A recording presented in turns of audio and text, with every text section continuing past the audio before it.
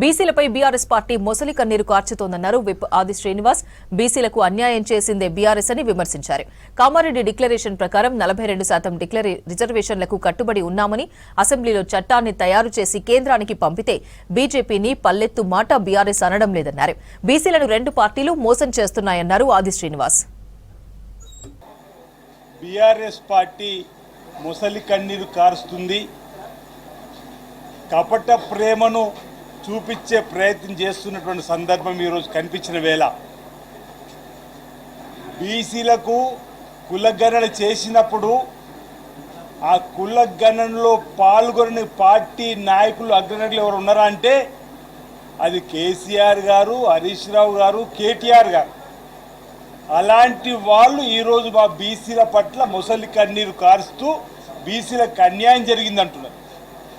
మా ముఖ్యమంత్రి రేవంత్ రెడ్డి గారు బీసీల పక్షపాతిగా కామారెడ్డి డిక్లరేషన్లో 42% రాజకీయ విద్య ఉద్యోగ మా ప్రభుత్వం వస్తే కల్పిస్తామని చెప్పినటువంటి మాట మేరకు కులగణన జరిపి ఈరోజు అసెంబ్లీలో చట్టాన్ని తయారు చేసి ఈరోజు కేంద్రానికి పంపిస్తే బీజేపీని పల్లెత్తి మాట అనని బీఆర్ఎస్ పార్టీ బీసీలకు అన్యాయం చేసింది ఏదని రాష్ట్రంలో ఉంటే అది బీఆర్ఎస్ బీజేపీ సంయుక్తంగా కుట్ర పన్నెనమాట సందర్భం చెప్తుంది.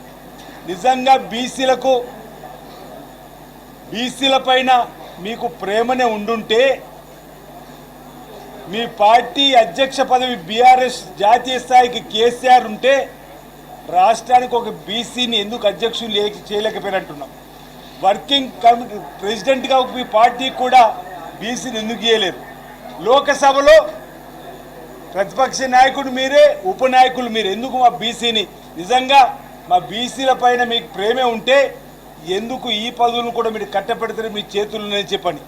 అంతేందుకు నిన్నగాక మొన్న జరిగిన జూబ్లీహిల్స్ ఎన్నికల్లో బీసీ బిడ్డ మిత్రుడు నవీన్ యాదవ్ను ఓడగొట్టడానికి మీరు ఎవరిని బరిలో దించారు అనేది ఎందుకు మీరు ఆలోచన చేయలేకపోతున్నారు చెప్పండి అన్నమాట. ఈ సందర్భంగా ఈరోజు బీసీల పట్ల అంకిత భావంతో గౌరవ ముఖ్యమంత్రి రేవంత్ రెడ్డి గారి నాయకత్వంలో జరుగుతున్నటువంటి తీరుతెన్నులు ఇటీవల పార్టీ పరంగా 55% పైన ఈరోజు టికెట్ ఇచ్చినాం.